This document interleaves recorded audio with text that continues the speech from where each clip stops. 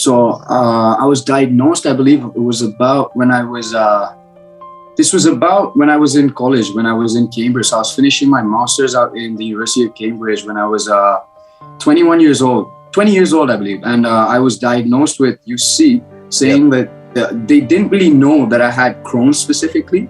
They just said that I had UC, and they put me on a couple of different drugs like Pred and a couple of other things like azotropin, I believe, which led me to develop acute pancreatitis. I mean, from one problem to the other. So it wasn't really anything that I would have wished for at that age, specifically because of the pressures from school. And I mean, I've always been a fit kid. So prior to any of this hitting my life, I'm a pro boxer. So I've always been training since I've been training since I could remember, like since I was 8 or 9 years old. And at that point, it just seemed like everything stopped, like literally, because I believe I was in an amateur fight at that time, and it was a couple of days after where I had a symptom that I couldn't go back from. So I had been feeling these symptoms of cramping and of bloating and mucus in my stool for a minute before I'd taken action on it, because I just assumed that, it was just something that I'm going through because maybe of food, stress, maybe heavy training. Ate some bad food, And the worst part is that I really didn't have competent people around me to be telling me otherwise. And I feel that really hampered me, because irrespective of, how much you want to push yourself and how much you want to train your mind, you're still a slave to your human anatomy. So you got to take care of you as a human being, and you got to listen to your body. And I feel that's what I was lacking at that point, really understanding and listening to my body. What were your experiences like before? So you went out there, you were trying it yourself, you were getting some results, you weren't getting where you wanted to be, and you've been diagnosed for like 4 or 5 years before you joined the S.H.I.E.L.D. program. What were your symptoms like right before you joined?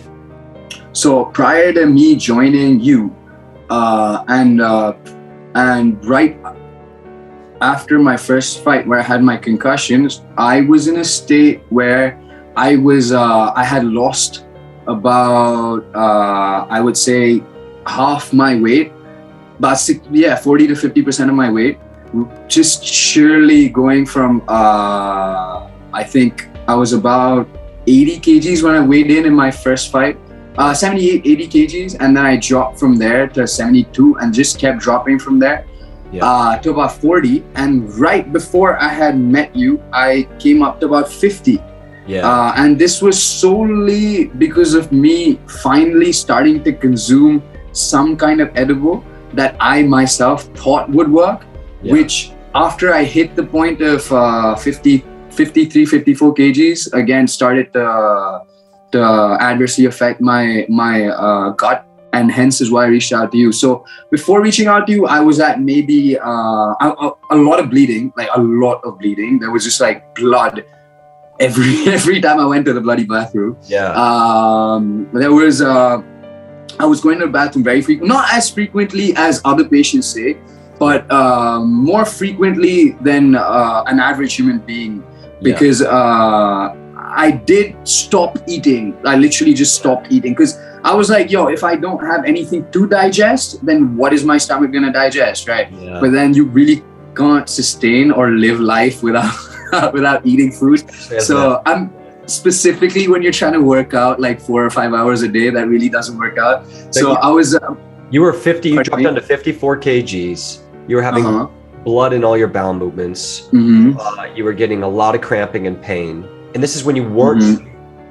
And what else? Were you waking up in the middle of the night? Were you having urges? Not just about waking up in the middle of the night. So I was just weak. Like I couldn't sleep. There was no energy. There was no energy to do anything, even sleep. I don't know if that makes any sense, but I couldn't sleep. And it was not because of anything, but sheer like lack of motivation to be able to do anything whatsoever. So I was getting, not just because of the cramps is why I was sleepless. It was also because every time I would get cramps, it would just not allow me. I mean, the entire night would just be discomfort. What are your symptoms like now?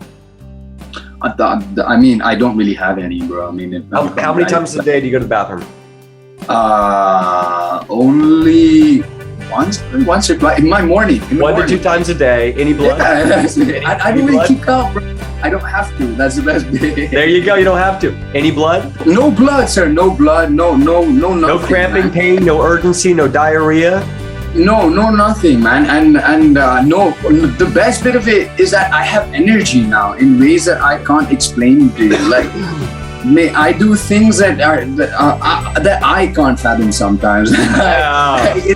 The amount of energy I have is retarded. I mean, it's absurd. I'm working out 5-6 hours a day, bro, and I recover like there's no tomorrow because the sleep as well, right? Like you pointed out before, the sleeps change, the sleeping cycles change. I mean, the sleep is so quality. There's so much quality in the sleep that I get now, and it's surely because of the fact that like